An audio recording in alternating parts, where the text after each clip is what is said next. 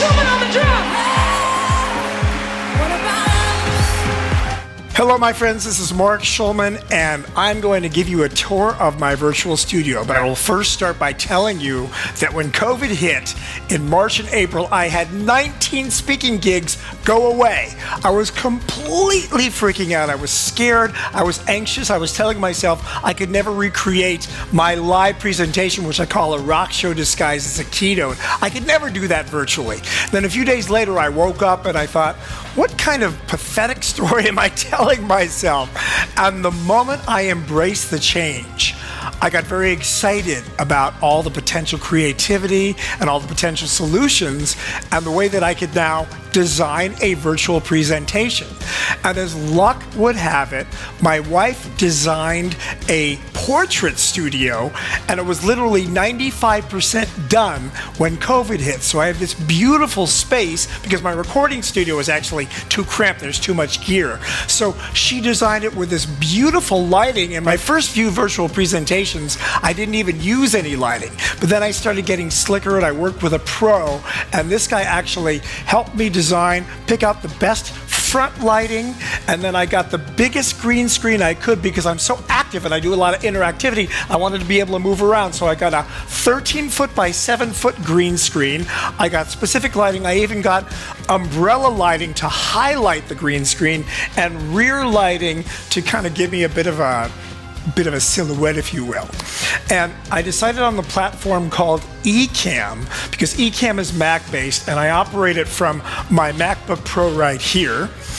And what goes well with the Ecamm are specifically Canon cameras. So I got the Canon E50 in white, of course, so it perfectly matches the studio.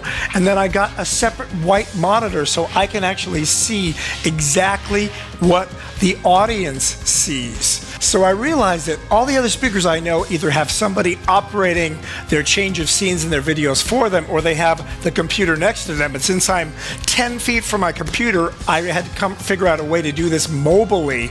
And I also wanted my hands free. So I have this air turn pedal, which enables me to actually switch scenes mobilely, and then to switch to myself. That was something that I needed to figure out. Now, I'm also a real stickler for audio.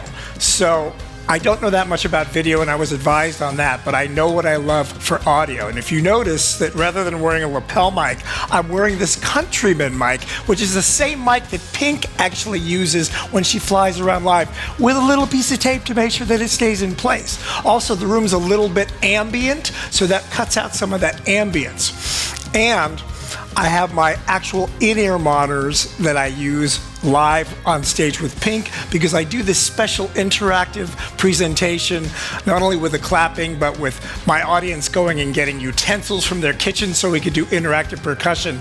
And I need to be able to hear the tambourine or the metronome, so I use this as my monitor. Okay, you are primed, you are warmed up for a little rhythmic interplay.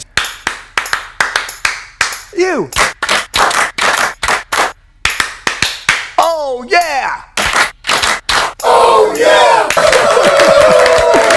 You can give yourselves a hand. So my monitoring system is actually mobile, and this is the same exact rack that I use when I actually perform live. So I have a mixer, I have the best audio interface that's mobile that I could get, which is the Duet by Apogee, and I use all Sennheiser products, and then I actually have a Focusrite compressor just to get the compression right because, as I said, I'm a stickler about audio. On the Canon camera, I got a special lens and an attachment so I could get an f-stop down to 1.2 so I have an even clearer picture and it lets more light in.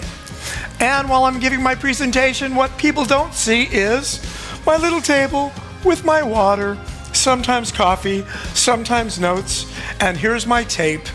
And this is my studio, my presentation. Oh, also, I have a secondary green screen. So if I need to do a very quick video for a client, which I often do, I don't set up the huge other green screen that I have. This one literally just pulls up. Obviously, I have to have a tighter shot. I hope you enjoyed this video, and I'm very proud to be able to present for you. Thank you so much for your time.